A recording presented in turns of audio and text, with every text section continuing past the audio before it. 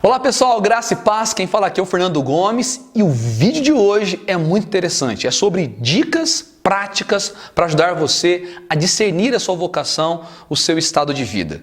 No vídeo anterior eu falei sobre como discernir a nossa vocação. Então se você não assistiu ainda, vai lá e assiste, porque você vai ter um fundamento para você assistir esse vídeo de hoje. Mas se você já assistiu, ou se você não assistiu e quer assistir isso aqui também, não tem problema nenhum. Roda a vinheta aí, porque esse é o tema de hoje. Se você já assistiu o vídeo anterior, já ficou claro para você que toda vocação, todo estado de vida é para conduzir você a viver a sua vocação ao amor, para você realizar a sua vocação ao amor, independente do seu estado de vida.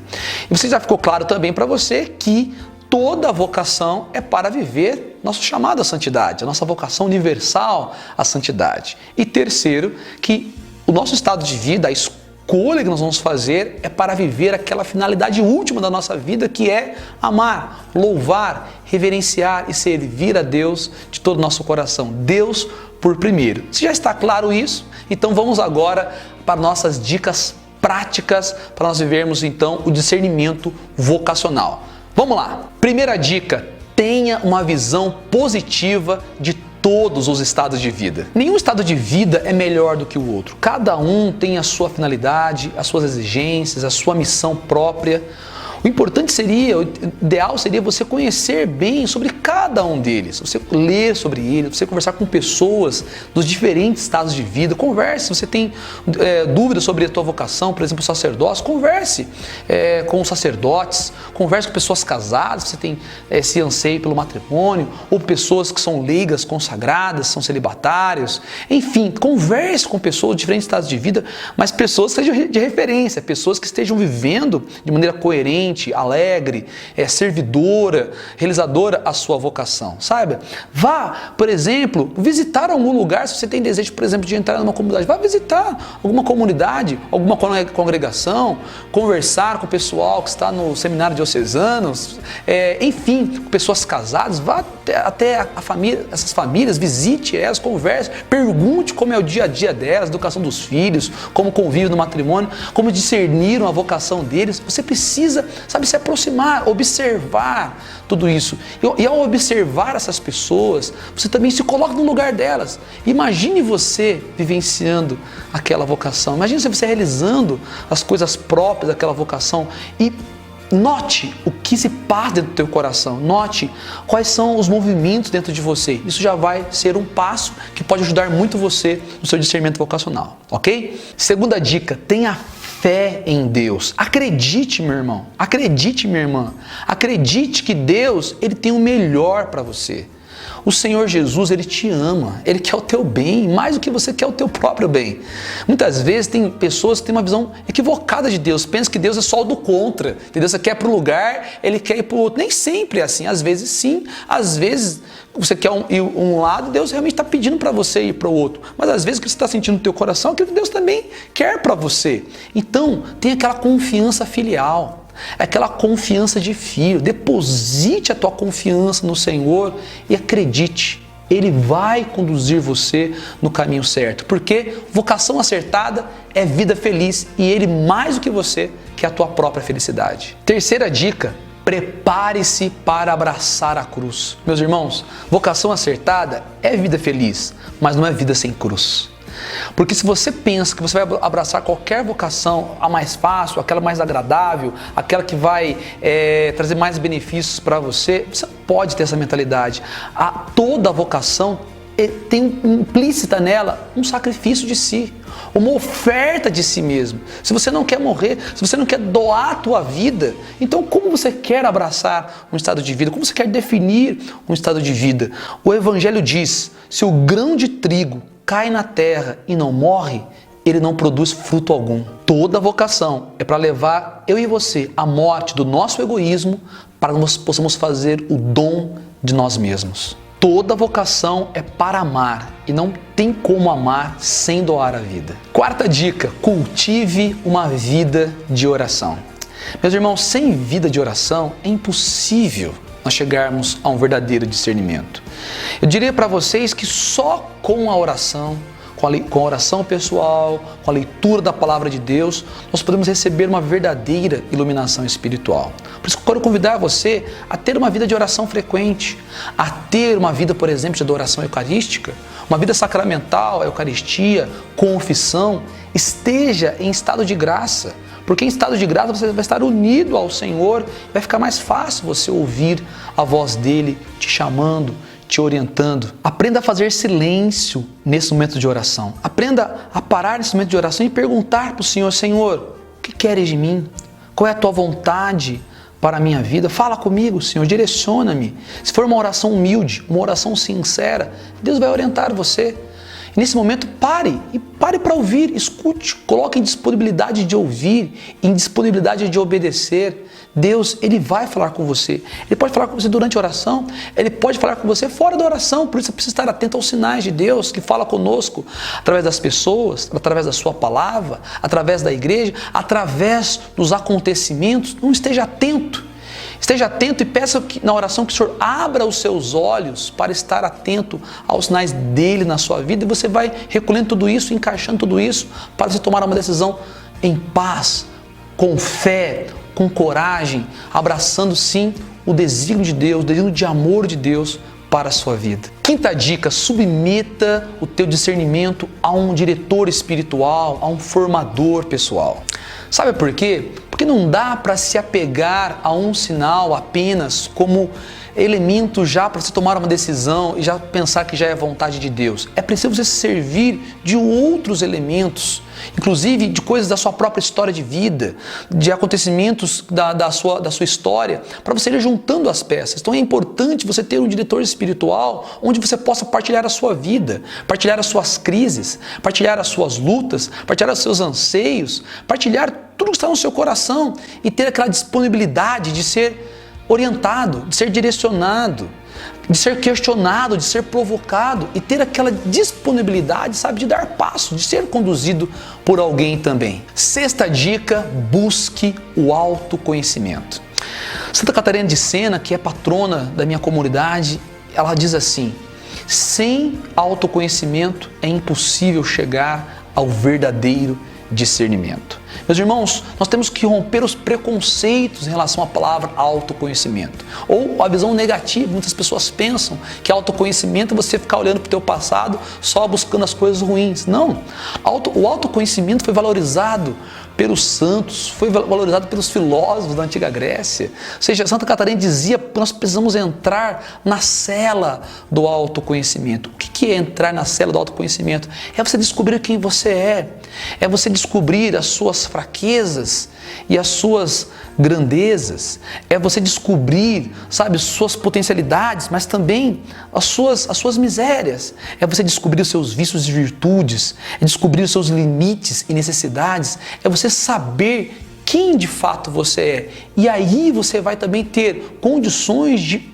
olhar para o discernimento vocacional e ver aquilo que você vai ter dificuldade ou de facilidade, aquilo que se você está apto, capaz de abraçar aquela determinada vocação ou não. Então, autoconhecimento é muito importante. Sétima dica: abra-se à cura interior. A maioria dos jovens do nosso tempo estão marcados por feridas afetivas, feridas sexuais, e isso cria uma enorme confusão no nosso interior. Aí você não sabe mais discernir o que é fuga, o que é medo, o que é legítimo, o que não é, o que é apego, enfim, é uma bagunça profunda dentro dos nossos corações. E é por isso que a vocação não pode ser lida a partir da nossa afetividade, porque ela está marcada por carências afetivas, por desordens, por feridas, e isso vai atrapalhar a gente acertar no nosso discernimento. Por isso que a vocação precisa ser lida a partir da nossa identidade mais profunda, porque a nossa identidade não muda, ela é o que ela é. Nossos afetos eles passam por nuances, mas a identidade nossa não. Você é homem, você é filho de Deus, você é mulher, você é filha de Deus. Então fincar, o seu discernimento na sua identidade mais profunda, porque é ali que se revela a vontade de Deus. Por isso que é importante fazer um caminho de liberdade interior, de reconciliação com a sua própria história. E veja bem, aqui entra a importância muitas vezes até de um período de espera. período sozinho, porque às vezes namorando, por exemplo, você não consegue saber claramente onde você tem que ir, para onde você tem que ir. Às vezes é importante o período sozinho, para que você possa realmente direcionar bem os seus afetos. Não é o fato de você, por exemplo, estar apaixonado por alguém, quer dizer que você tem a vocação ao matrimônio. É esse período, muitas vezes, de liberdade afetiva que nós precisamos para a gente poder direcionar bem as coisas na nossa vida. Quando eu falo de reconciliar com a sua história, é você também, sabe, olhar para você e buscar aquela cura, o perdão, a reconciliação com você mesmo, perdoar pessoas que te feriram, te maltrataram. É você dar passos para você reconciliar-se com Deus, a importância da confissão. A confissão é o maior sacramento da cura.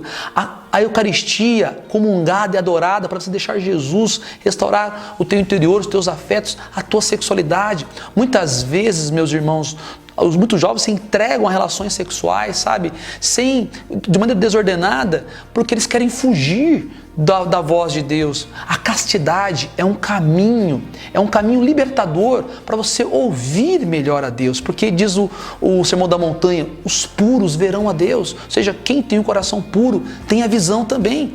Então aqui é muito importante. Só que veja bem, a cura interior não é somente você olhar para trás, como numa forma assim psicanalítica, de ver só lá e trabalhar os traumas. Não, a cura interior é você olhar para frente, é autodeterminação, é disposição, é renúncia, é escolha, é passo de conversão, é passos de decisão para abraçar a vontade de Deus, um caminho de coerência cristã.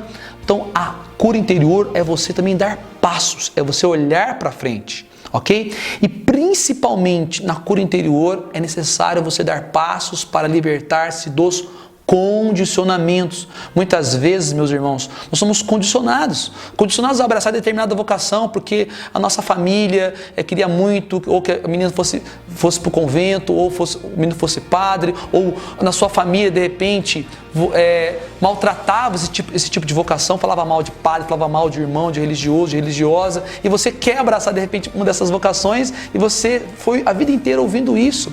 Ou, de repente, você foi a vida inteira ouvindo do seu pai, que você tinha que casar, que você tinha que ter tocado, teu esposo, teus filhos, e você de repente quer abraçar o celibato, e você foi condicionado a abraçar o matrimônio. Então é importante você estar livre desses condicionamentos, e a cura interior vai ajudar você a se libertar de tudo isso. Dica número 8, paciência e espera em Deus. Eu sei que talvez você já ouviu muito isso, e essa dica é muito rápida e é muito prática justamente por causa disso. Tanto o matrimônio ou a vocação ao celibato, você precisa ter paciência para abraçar uma delas. Por exemplo, solteiro, você quer casar, você quer ter o teu José, a tua Maria aí. Veja bem, você também tem que saber esperar em Deus, esperar no Senhor. Se essa é a tua vocação, calma, Deus vai preparar para você a pessoa certa. Você tem que estar aberto, você tem que estar realmente convivendo com outras pessoas, coração em Deus, vivendo bem a sua vida, e na hora certa vai dar tudo certo. Só você confiar e saber esperar, não querer ficar fazendo justiça com suas próprias mãos. Mas também esperar em Deus aquelas pessoas que às vezes querem abraçar o celibato, mas estão em dúvida. De repente precisa fazer esse preço do namoro primeiro, às vezes. Gente, coloca uma coisa na tua cabeça. O namoro, ele não tira a vocação de ninguém, viu? Desde que você viva na pureza, na santidade. Às vezes é justamente a experiência, às vezes sexual, o namoro, que tira a gente do foco. Então você precisa colocar isso em mente. Namoro em Deus não tira a vocação de ninguém. Às vezes é até aconselhável para algumas pessoas, por isso que é importante o diretor espiritual, você fazer esse preço do namoro para depois você perceber mesmo se é aquilo ali ou não, para você depois dar o passo, às vezes, para entrar para uma vida religiosa ou abraçar o celibato, ok? Então, esperar em Deus. Dica número 9, não tenha medo de fazer escolhas definitivas.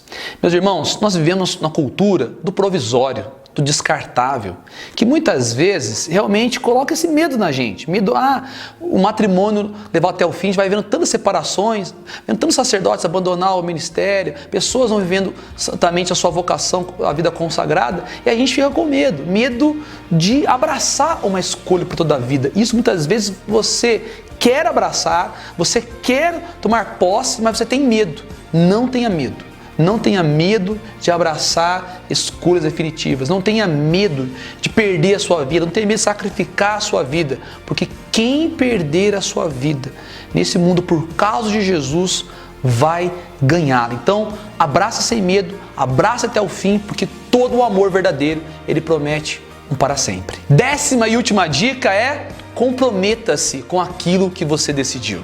Essa dica é para aqueles que já abraçaram a vocação. Sabe por quê? Porque depois muitas pessoas, depois de fazerem o processo de discernimento vocacional, depois de fazer todo esse espaço que eu já falei para vocês aqui, vão lá e abraçam o seu estado de vida, abraçam a vocação.